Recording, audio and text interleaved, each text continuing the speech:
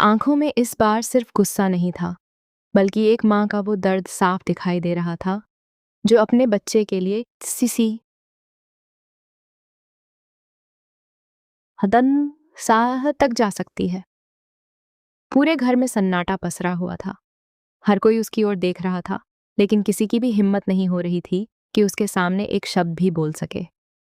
तभी आरंभी ने ठंडी लेकिन बेहद सख्त आवाज में कहा, "ये बात यहीं खत्म नहीं होगी। मैं तुम्हें छोड़ने वाली नहीं हूं।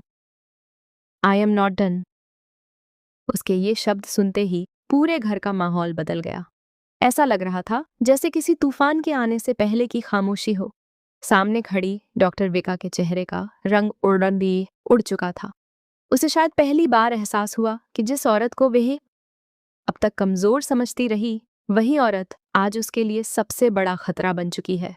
आरंभी ने बिना रुके आगे कहा, "मैंने पहले ही चेतावनी दी थी कि अगर मेरे बच्चे को दोबारा नुकसान पहुंचाने की कोशिश भी की गई, तो मैं तुम्हें इस घर से बाहर का रास्ता दिखा दूंगी।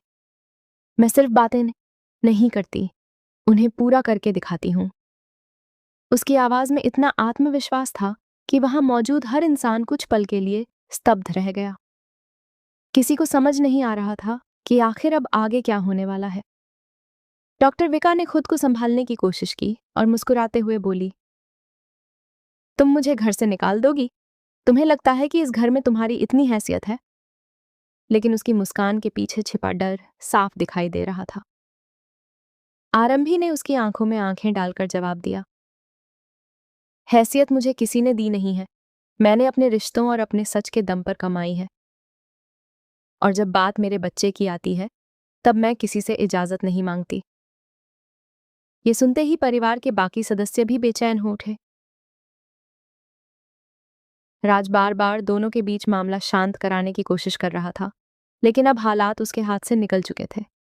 तभी आरंभी ने सबके सामने एक और बड़ा खुलासा करते हुए कहा, "राज की शादी से पहले मैंने एक चैलेंज दिया था। मैंने कहा था कि शादी होने से पहले तुम इस घर से बाहर होगी।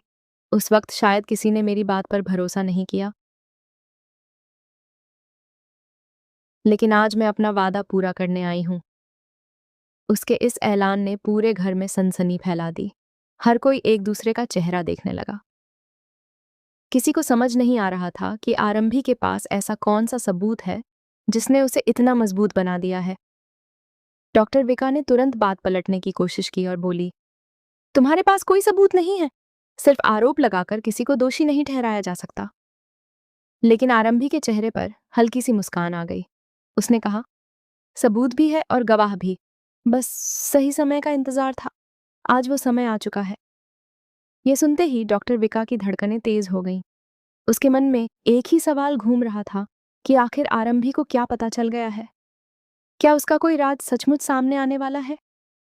तभी ओम धीरे धीरे आगे बढ़ा। उसके चेहरे पर भी घबराहट साफ दिखाई दे रही थी। उसने माहौल संभालने की कोशिश करते हुए कहा, "आरंभी, गुस्से में कोई फैसला मत लो। पहले आराम से बैठकर बात कर लेते हैं।" लेकिन आरंभी ने उसकी बात बीच में ही रोक दी। उसने कहा, "अब बात करने का समय निकल चुका है। मैंने बहुत सहन किया, बहुत भरोसा किया और बहुत मौके दिए।